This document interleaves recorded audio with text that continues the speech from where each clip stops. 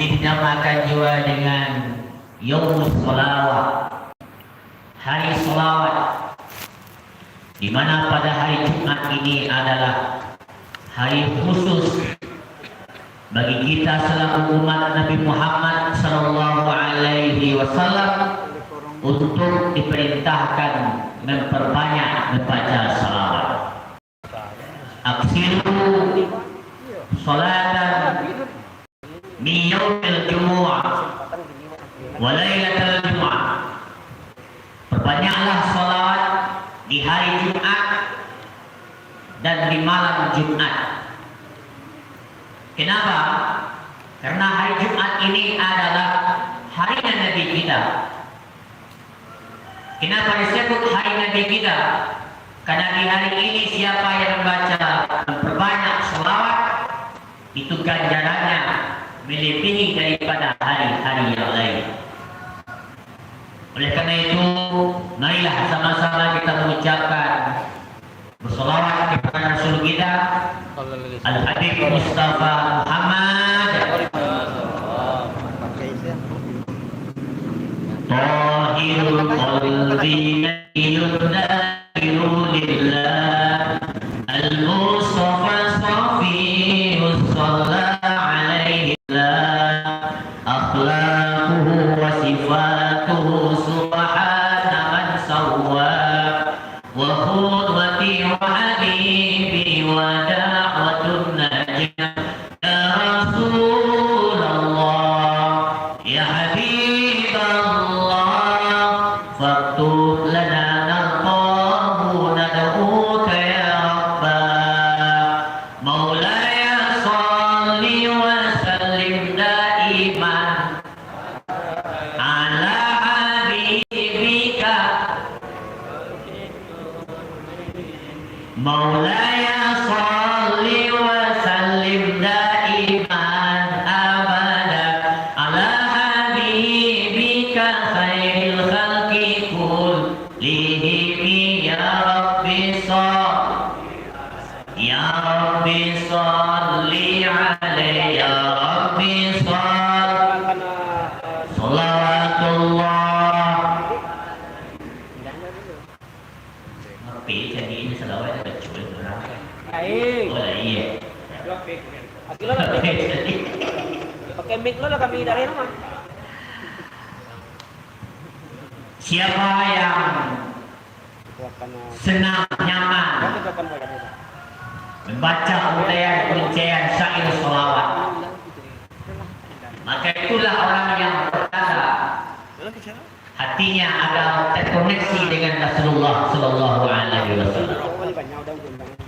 Sebaliknya ibu dan bapak hadirin rahimahullah, barang siapa yang tidak nyaman, bahkan mungkin lidahnya, lisannya keberatan, bahkan jarang mengucapkan sholawat kepada Rasulullah, hati-hati bapak-bapak ibu-ibu. Jangan-jangan mungkin Allah karena hendak menginginkan lidah kita menyapa Rasulnya. Dan ini adalah musibah yang paling besar bagi umat Nabi Muhammad Sallallahu Alaihi Wasallam. Ketika umatnya tidak pernah menyapanya di dunia ini dengan selawat, maka mustahil kita nanti akan mendapatkan pertolongan atau syafaat di yaumil qiyamah.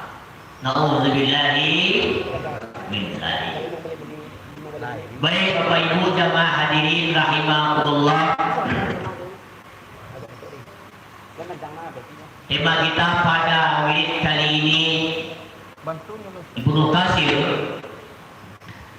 pengarang kitab tafsir yang sangat diminati oleh seluruh para kaum santri maupun intelektual. Beliau pernah menulis dalam kitabnya, kata beliau, inna iblisa rana arba'a ranati, ada kejadian yang membuat iblis menangis. Setan menangis. Coba yang apa ibu-ibu? Setan dah cuma kalau dan mode itu kaya hati kaya mo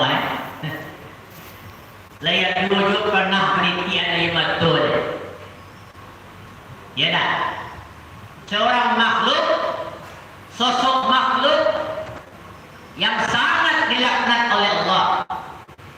Bahkan makhluk yang kita jauhi daripada godaannya. Makhluk nan kali kamu itu ibu-ibu apa ternyata pernah menangis. Artinya kalau kita artikan menangis itu apa ibu-ibu, berarti kan ada rasul yang namanya tuh yang mungkin perasaannya, yang mengenak hatinya. Pertama, bila saja iblis kau menangis, kata Ibnu Katsir, hina lu'ina, waktu iblis kami kutuk oleh Allah Subhanahu wa Ta'ala. Bila iblis kami kutuk apa ibu? Bila apa?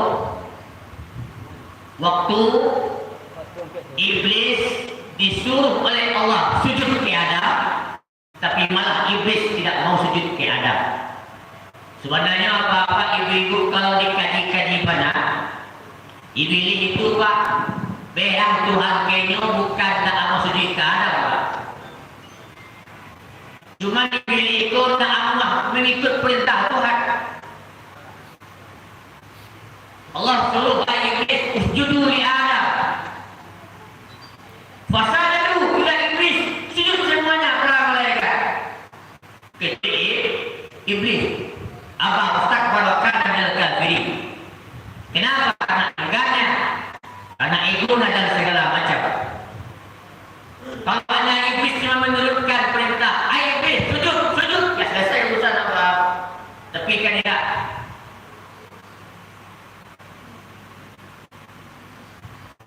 Sedangkan sekali apa ibu Allah perintahkan iblis sujud, iblis tak mau sujud, Allah beri dalam laknatullah alaih. Mula apa ibu-ibu, sekali Allah memerintah iblis untuk sujud dan tak mau sujud, langsung Allah kutuk sekali. Sedangkan manusia, pada kali meninggal sujud kata apa? Ibu, tapi tetap juga Allah memberikan dia nikmat, memberikan dia kebutuhan rezekinya, memberikan dia apa status hidupnya. Kalau ditarik dalam bapak ibu, ternyata lebih kaya hati manusia ketimbang iblis. Maaf. Kenapa? Iblis sekali disuruh oleh Tuhan apa? Langsung ditutup sekali. Manusia tak para kali Allah perintah untuk sujud, bahkan 5 kali sehari semalam perintah untuk sujud. Masih juga ada yang tak suruh, yang tak sujud.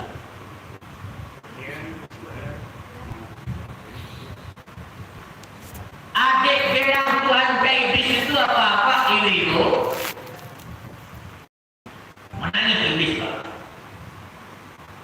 Iblis ada tutup dia Tuhan berat menangis dia Pak. Maksud awalnya Pak ada berang yang Tuhan Allah iblis itu.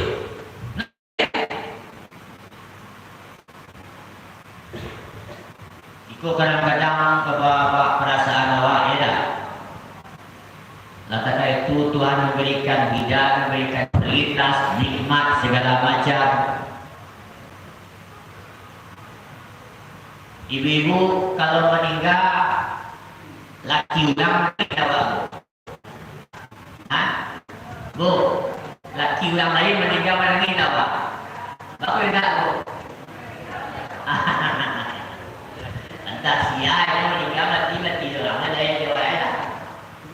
Hati bodek dua udang pernah pak? Aku lah belum dari rumah menangis. Timuran dewa pernah pak? Jadi bulu punya lebih meninggal kawan ya. Kenapa? Aku ada orang perasaan menangi dia meninggal karena ada hubungan.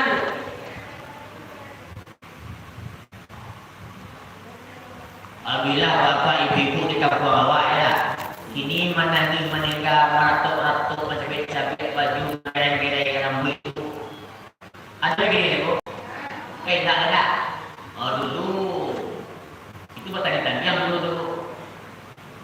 Boleh kalau negara yang boleh sambar. Itu bapak dipacul. Siadan hebat meratuk sampai ibarat. Ya. Dena bakal ikut saya bagi makan anak nilai. Bu pak. Apa kau menangi orang tu meninggal tu boleh tak? Boleh tak bu? Boleh tak? Boleh bu. Nabi Muhammad ketika Siti anaknya wafat, dia nangis. Ditanya oleh sahabat, ya Rasulullah, ya kenapa Rasul nangis? Dia menangis. Yang bertagah itu maratuk. Bahawa tagah adik kalau Rasulullah akan sehat, lah mendobrak kaidah-kaidah tauhid. Dia dah apa mati dah kuiswa dia bahannya ketiawak. Itulah mereka tauhid awak sampai. Dia bapak kini dia mati enak. Banyak orang kata juga tipu ya, orang kata juga macam. Itu mereka tauhid namanya. Sampai kepijak peta, sampai orang tutu siapa. Takkan model-model nak ada juga. Nanti kamu mempentingkan hidup awak bahkan lebih. Namanya tu lost control.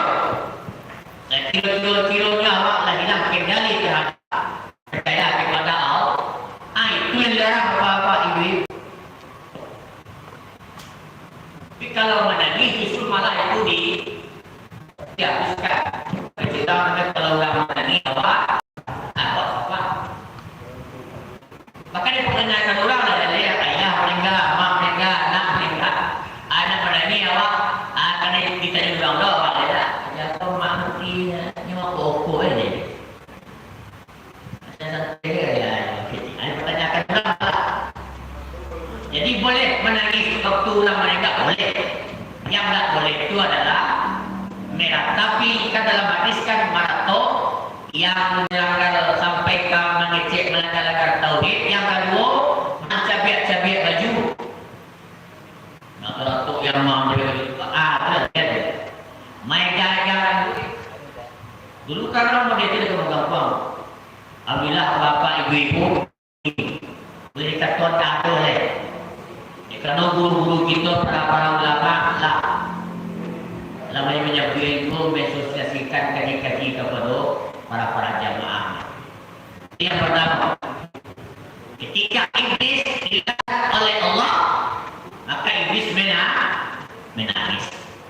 Kini ibu kaki itu oleh bapak ibu-ibu. Mungkin tak barangkali musibah Allah tegur kepada Allah barangkali ujian tegur kepada baik secara langsung maupun secara tak langsung. Maka barang siapa menangis meneteskan air mata karena dirinya, bermuasabah karena dirinya, maka itu tanda-tanda hatinya lunak, dan hati lunak itu adalah sarangnya rahmat Allah Subhanahu wa ta'ala. Yang kedua, baru capeknya Pak. Karena dia buat jalan capek kan. Bila iblis itu menangis, lu'ina uhbita. Hina uhbita. Ketika iblis diusir dari surga. Puluhan tahun iblis dalam surga bapak ibu. Hanya cuma karena satu kesalahan. Iblis tercampak dari surga kamu. Mula berpuluhan tahun iblis merasakan kenikmatannya dalam surga. Segala fasilitas yang luar biasa Allah berikan dalam surga itu. Cuma karena hanya satu dosa yang dia bikin,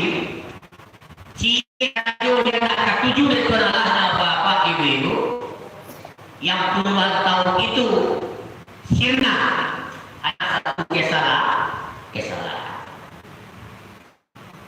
Bapak ibu pernah bersyukur ya? Lalu ya? Lalu nak syuk baru nak? Ya. Allah pada kesalahan apa? Anak syuk baru apa? Allah buat kesalahan banyak. Iblis berapa tahun dalam bersyukur?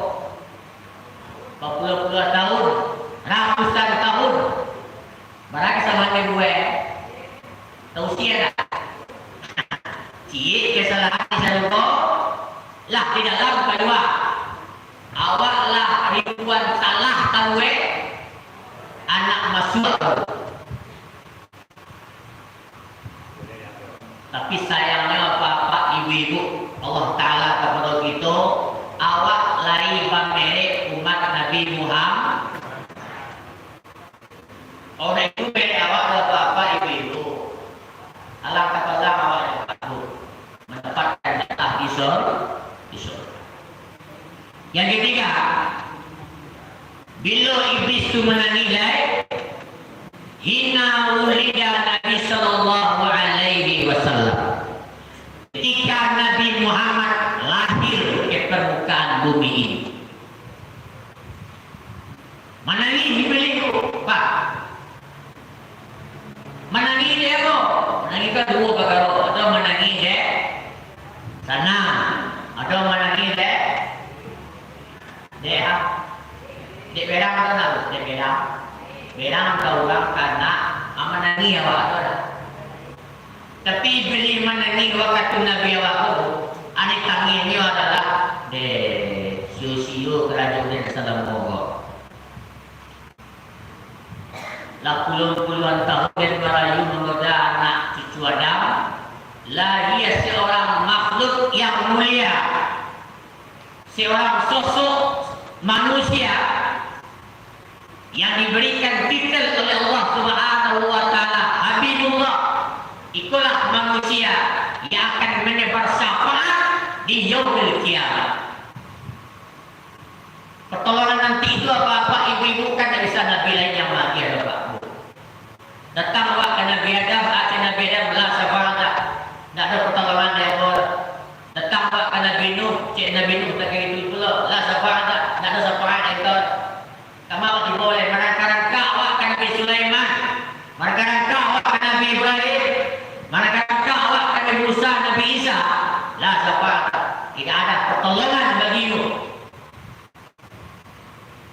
Hanya yang memberikan syafaat nanti itu adalah Nabi kita Muhammad sallallahu alaihi wasallam. Adik gara-gara si ulang ko kete iblis asio-sio kerajaan dalam motor. Nabi kami adalah sio-sio kara. Maka satu-satunya makhluk yang benci terhadap lahirnya Nabi kita cuma iblis, Pak. Maka siapa pada hari ini yang tidak senang dengan datangnya Rabiul Awal, itu cucu iblis itu Bapak ini.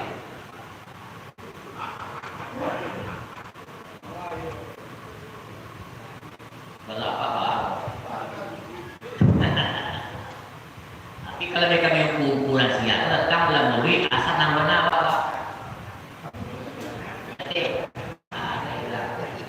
Pada pet murid dia ikut harinya.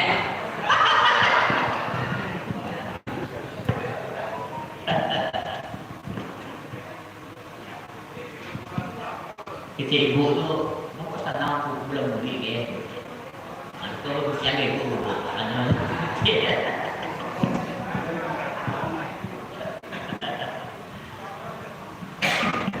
Hadirin jamaah ibu dan bapak yang dimuliakan Allah Subhanahu wa Ta'ala.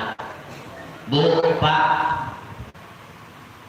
Nabi Muhammad lahir ke bumi itu apa-apa ibu, bukan semata-mata hanya lahirnya saja, tapi membawa visi dan misi yang luar biasa dari Allah Subhanahu wa Ta'ala. Nabi Muhammad lahir ke dunia membawa risalah langsung dari Allah Subhanahu wa Ta'ala. Cara penyambutan lahir saja apa-apa ibu Nabi Nabi lahir dari itu langsung penitiannya adalah para malaikat dari surga.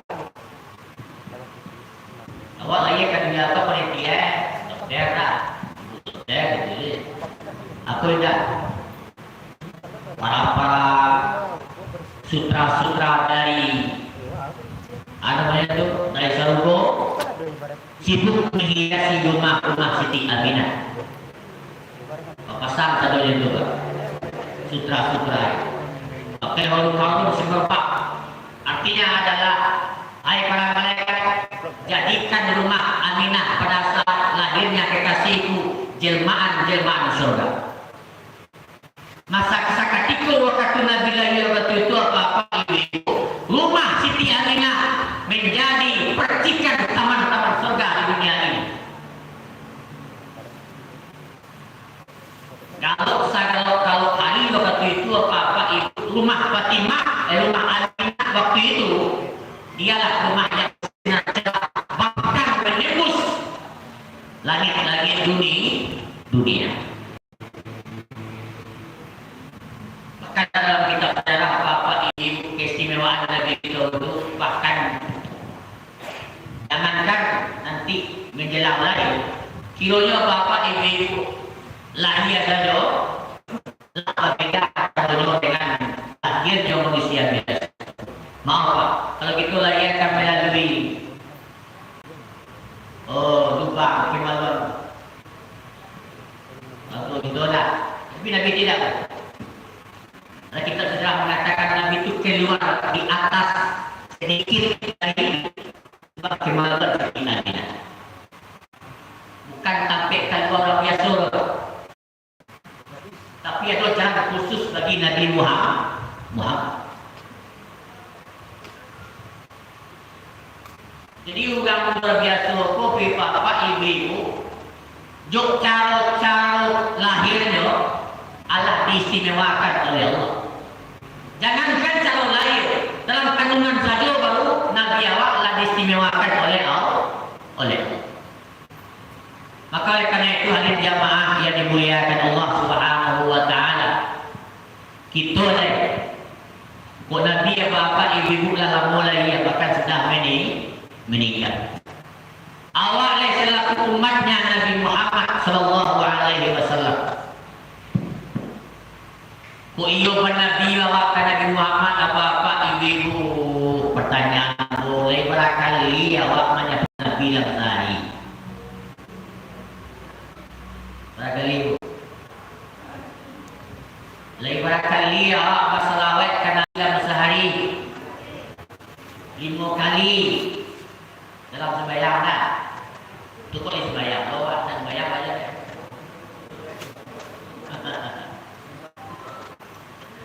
Maka barang siapa yang menyapa nabinya di masa hidup, artinya siapa yang bersalawat kepada nabinya di masa hidup, maka Nabi Muhammad SAW akan memberikan syafaat nanti di yaumil qiyamah. Tidak dulu Pakku, maaf Pakku. Awak masa cukup, awak andalkan sembahyang awak. Belum tentu Pak. Mungkin barangkali sembahyang itu apa-apa ibu ini itu tentu tak siap apa-apa ibu. Mungkin barangkali secara fikih Islam awak mungkin banyak yang tak sah. Lalu itu secara hakikat, secara hati nurani awak niat awak banyak yang salah. Ya tak? Mengaji awak itu tentu leh. Awak mengaji niat mungkin menjadi koli segala macam dan terkenal segala macam belum tentu. Puasa mungkin niat untuk apa? Artinya apa? Seluruh amalan yang kita lakukan, yang kita kerjakan masih berpotensi ditolak oleh Allah Subhanahu wa taala. Jadi ibadah-ibadah yang kita lakukan itu apa ibu ternyata menjamin untuk menyelamatkan kita di yaumil qiyamah. Satunya ibadah yang menjadi kurang kepemilikan setiap kepemilikan hanyalah sholat dan Pak Bu, saking hebatnya selawat. Ibu-ibu pesalawat ekarano nak dipuji ulang, pesalawat ekarano awak nak dicari ulang segala macam.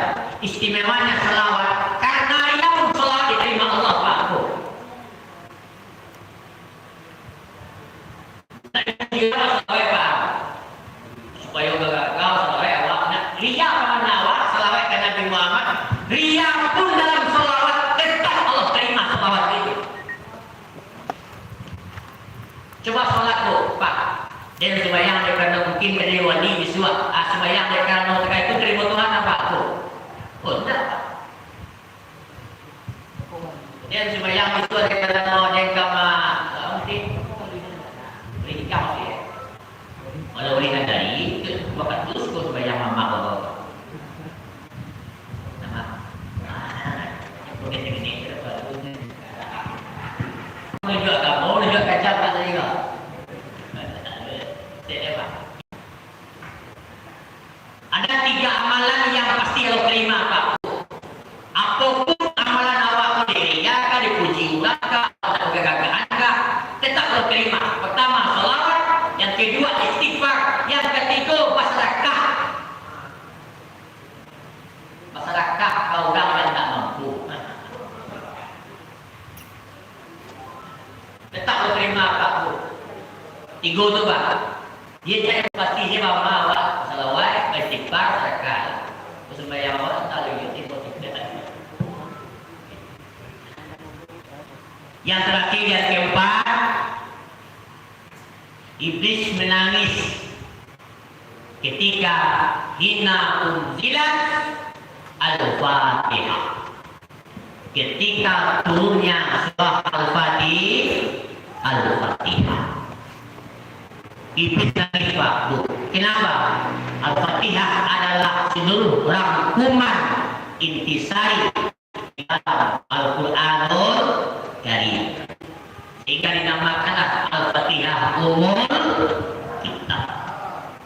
Bisa selesai karena awak berbicara di surah Pak Bu.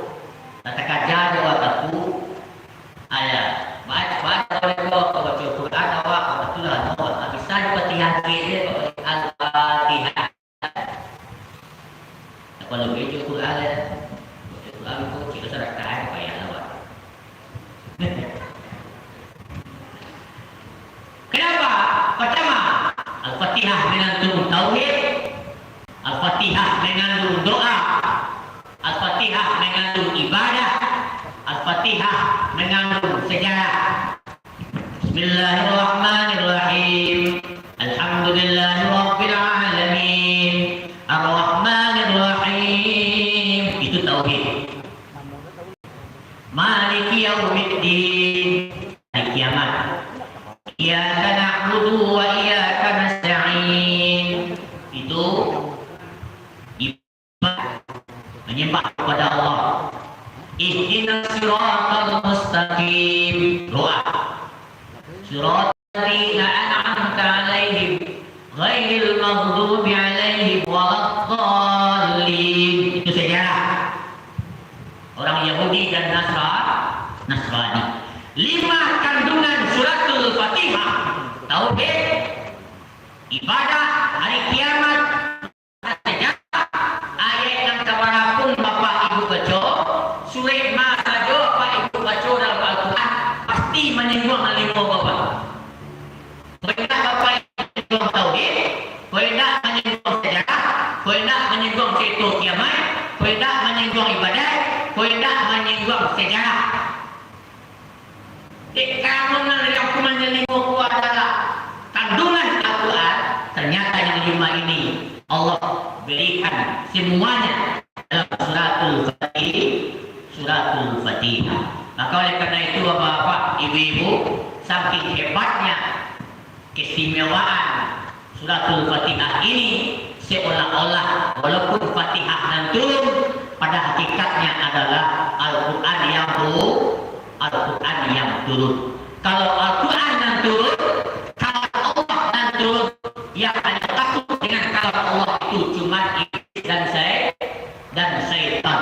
Sehingga apa orang baca Al-Quran pasti berlindung kayu dulu. Kayu apa? A'udzubillahi minasyaitonir rajim. Awak akan baca ayat Tuhan gua. Ya Allah dalam dulu siapa aja. Awak ayat nomor 5 ayat itu yang turun.